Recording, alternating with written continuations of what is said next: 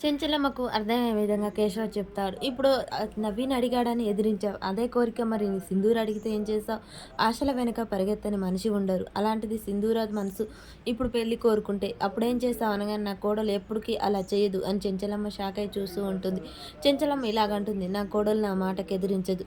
నేనేం చేసినా తన మంచికని తనకు తెలుసు. కాబట్టి తను ఎప్పటికీ అలా కోరుకోదు అని చెప్పేసి అనగానే కేశవ అక్కడి నుంచి వెళ్ళిపోతాడు. చెంచలమ్మలో భయం మొదలవుతుంది. ఇక సింధూర నవీన్ అన్న మాటలే గుర్తు చేసుకుంటూ ఉంటాడు. నేను సింధూరానే పెళ్లి చేసుకుంటాను అని చెప్పి వెళ్ళిపోతే చెంచలమ్మ అక్కడ ఉన్న వస్తువులన్నీ కింద పడేస్తుంది. అది గుర్తు చేసుకొని సింధూర చాలా భయపడి బాధపడుతూ ఉంటుంది.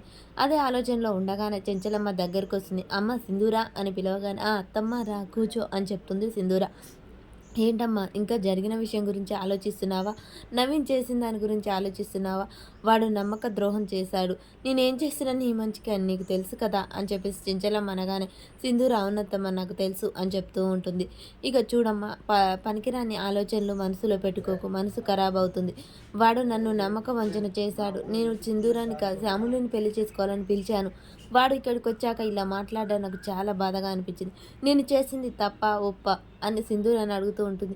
నువ్వేది చేసినా నా మంచి కోసమే అత్తమ్మ, అది నాకు తెలుసు కదా అనగానే అమ్మ సింధూర ఆలోచనలన్నీ రానివ్వకు, పడుకో అని చెప్పేసి చెంచలమ్మ అక్కడి నుంచి వెళ్ళిపో